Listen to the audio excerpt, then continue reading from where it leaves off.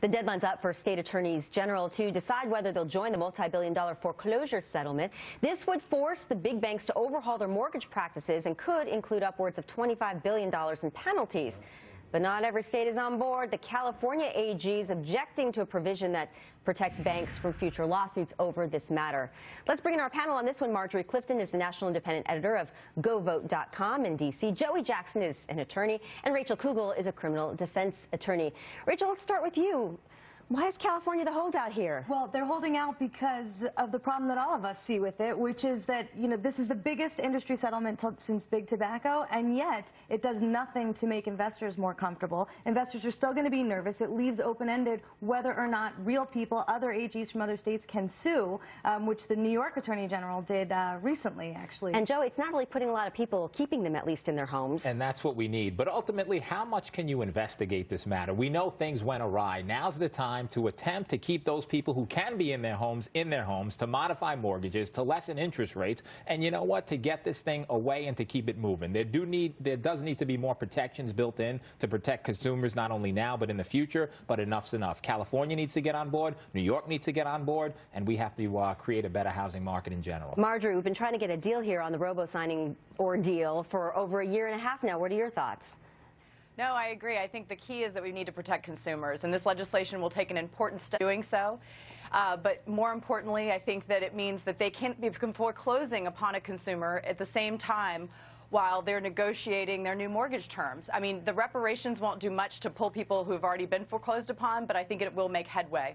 Did you want to react? And ultimately, what needs to happen is that, if California goes on board, it's better overall. You can't settle anything, Lori, unless you have, as an entity, well, that was ground zero for the mortgage disaster. Because ultimately, if they don't sign waivers saying we're not going to sue again, then what's the incentive to get the thing resolved? But that's the other side of the coin, though. Much like a class action, all it's really doing is getting individual people maybe $1,800 to $2,000 and not really doing anything to give individuals any real benefit. For what it's worth, I believe these penalties have already been priced into the bank stocks, so you're not going to see a problem on that front. But let's move on and talk about GM. Speaking of stocks, company on the road to recovery big time. The bailed-out automaker set to release its 2011 earnings with $8 billion in net income next week. $8 billion. Not to mention the company's estimating a $10 billion profit for the year. This after having a major presence in last night's Super Bowl. Marjorie, we'll start with you for this one. I mean, how does it make you feel hearing that GM is so successful all of a sudden when, as taxpayers, we still own a considerable portion of them?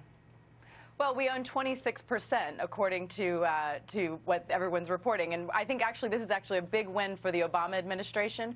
It was a very risky move to bail out the automakers like this. And hats off to GM for getting lean and mean and actually making such an amazing turnaround. And if you saw the Super Bowl commercial, it was actually in the Mayan apocalypse in 2012, and you saw the trucks rumbling out of the dust, and that they'd still survived, which I thought was a really great metaphor for what GM has done in this turnaround. But Joey, that stock price has to just about double so that taxpayers are recouped what they are on the hook for. And it would be optimistic to suggest that it will, but it might, and we've come a long way. To think about the bailout and how it was panned, we can't out, they should be on their own. They should fail, or not should fail, but should at least make efforts to help themselves before taxpayers do. But in the final analysis, if they're making profits like this, go with your bad self. Rachel? It's definitely good news, but we have to look at long-term earnings and not these short projections, whether it's quarterly or yearly. It's yet to be seen how much we've really made or lost. Staying power. That's right. All right, Motor City rock star, speaking of Detroit, Kid Rock claims he's all for his hometown of Detroit. But latest reports claim his Made in Detroit T-shirts aren't. I know you have one under your seat there, Joey. In fact, they're not even made in the United States. Most, in fact, are missing a label telling exactly where the garments are made, while others discreetly say made in the Dominican Republic.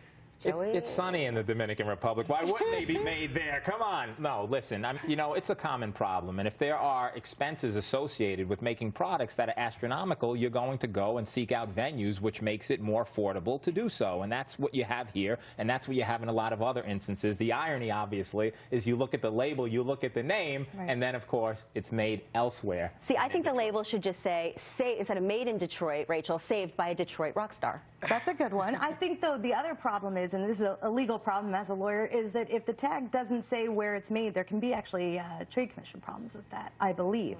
They have to actually disclose where an item is made, and if they don't, there could be some legal Thinking trouble. like a lawyer. Was there a report, too, that possibly these shirts were made in Ohio, which would almost be worse than if they were made in the Dominican Republic? Marjorie, I'll let you weigh in. Yeah, no, and I think the hypocrisy when it comes to retail always exists, and this is always a problem. Now, the interesting thing was that Chinese chopsticks, the ones that are actually used in China, are made in a factory about 2 hours south of Atlanta, which I thought was really interesting. So we're seeing on the flip side as well, it's now becoming very trendy for the Chinese to wear made in America clothes. So maybe there's hope for us still. Okay, so all's fair in love and war. Guys, Marjorie, Joey, and Rachel, you guys are sticking around for our next segment. So when we return, one World Bank, the names of defaulters in the papers shaming them. Should that idea make its way over here? Talk about that one next. Goodbye. Just when you thought the Occupy Wall Street movement was finally behind us, Roosevelt University in Chicago is adding a political science course titled Occupy Everywhere. The curriculum requires students to read the movement's newspapers and attend its meetings. Back to our panel, Marjorie Clifton of GoVote.com and attorneys Joey Jackson and Rachel Kugel.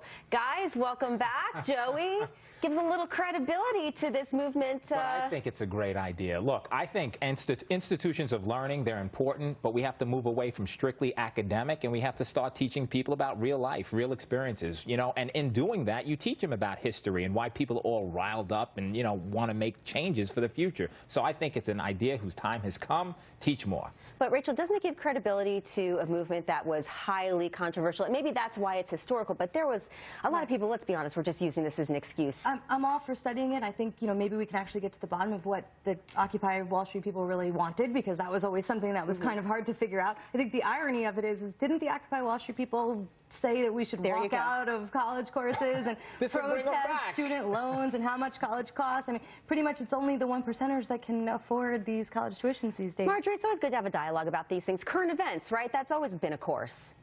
Yeah, well, and also there is actually a Tea Party course at one of the high schools that's a college prep student. So I think all's fair, again, and it's current events. It's a way for people to actually get involved, and I think that better learning happens when you're actually out in the field doing what works, what doesn't, and, you know, it's all about social movement, and that's really what Occupy is about. I'd be curious to see the curriculum in that course, you know, to see if they actually do their own Occupy. Field trip. Right, there you go. Got to be ready to camp. Got to be ready to camp. Yeah, bring your supplies. Well, Facebook founder, you know, talking about the 1% here, Mark Zuckerberg won't be friending the IRS anytime soon. As a result of the upcoming IPO, Zuckerberg will have to pay $2 billion in taxes. So, Marjorie, it's interesting, you know, when Facebook filed the SEC paperwork to go public, we sure learned a lot about Zuckerberg and his finances. $2 billion to the IRS. I mean, just astronomical. It is, but he's still got $3 billion to walk with, which is more than the GDP of Belize and many African countries. So at 27 years old, he's worth $23 billion on paper. The guy isn't hurting too much. And I think he could actually give Mitt Romney a lesson in how to actually submit your tax statements ahead of being asked. Okay, that's one way to look at it. So, Rachel, what do you think about this $2 billion? You know, we talk about deficit reduction and all, you know, higher tax. First of all, you know, good problem to have. First of all, it's not something I will ever complain about if I have to pay $2 billion in taxes. Number one, and number two is that the reality is, you know, she mentioned Mitt Romney. What the real strategy is going to be here is he's going to sell enough shares to pay to cover that tax. Yeah. Then, when he continues to make capital gains in the future on whatever's left over, he gets at that 15% that Mitt Romney's at. So this is actually the Mitt Romney strategy in effect. Yeah, but doesn't it? So what do you think Zuckerberg's, if he ever went public, on his thoughts for the Buffett rule? You know, tax the wealthy more. I think that if he ever went public with everything, he'd be able to pay off the debt of this country and many others. It's a phenomenal thing that he has all that money. But ultimately, it couldn't come at a better time. I mean, you know, we're a government starving for money, and right now they're taking $2 billion. California's getting $500 million, Lori. That's outrageous. A lot of taxes to pay. Let's just hope he's got something like 56% control with the deal once it goes public. I mean,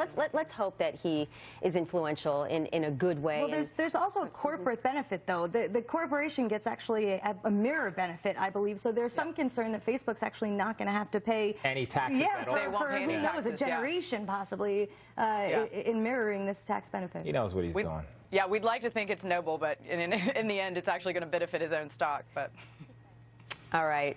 Name and shame. That's the approach the State Bank of India is taking for those who aren't making their payments on time, even when they've got the money to do it. The nation's biggest lender is posting names and pictures of willful defaulters, as they call newspapers, to get them to pay up. Rachel, would that work for you? Would you be shamed into it? I probably would, but it's never going to happen here. We have way too many credit reporting acts and Fair Trade Debt Collection Act practices, and you would be sued up the wazoo if you ever tried to pull this on an American. I don't know. I mean, just a simple sign, Joey? Yeah, you know, just put a sign on people. You owe money. You failed to pay your debts, your taxes, and everything else. Not something whose idea has come in the United States. If they want to do it there, they'll try it. There'll be a test case. We do it for child support sometimes, but that's about it. Yeah, you drag people into court. Sometimes people need to be shamed. All right, Marjorie, your thoughts? You think it'll work? Actually, I think we should implement this for people who litter, who talk on their cell phones in the grocery line, who don't RSVP. We could actually put this into great use. But I do think it's actually a great sign that India is taking note from Greece and from the United States and taking action ahead of time so that they're not defaulting. They're becoming a rising power and a very important one. I mean, but it's I do like their tactic. better to be shamed than to actually have to pay penalties for defaulting. I mean, pick your poison, right? Wouldn't it be better just to have a little embarrassment than to have to shell out cash if you're already tight on it? Well, I suppose, but that's the thing is that, you know, in our economy where people are hurting so much, I mean, to add shame on top of people who, you know, are already having difficulty or having to choose, you know, who gets to pick who gets shamed or who has enough money to pay if you're choosing between paying. I have no shame, and I'm cheap, and I'd rather be embarrassed. Guys, it's been a pleasure. Marjorie, Joey, and Rachel, thanks again. Thank you. Pleasure, Laura. All right, the Giants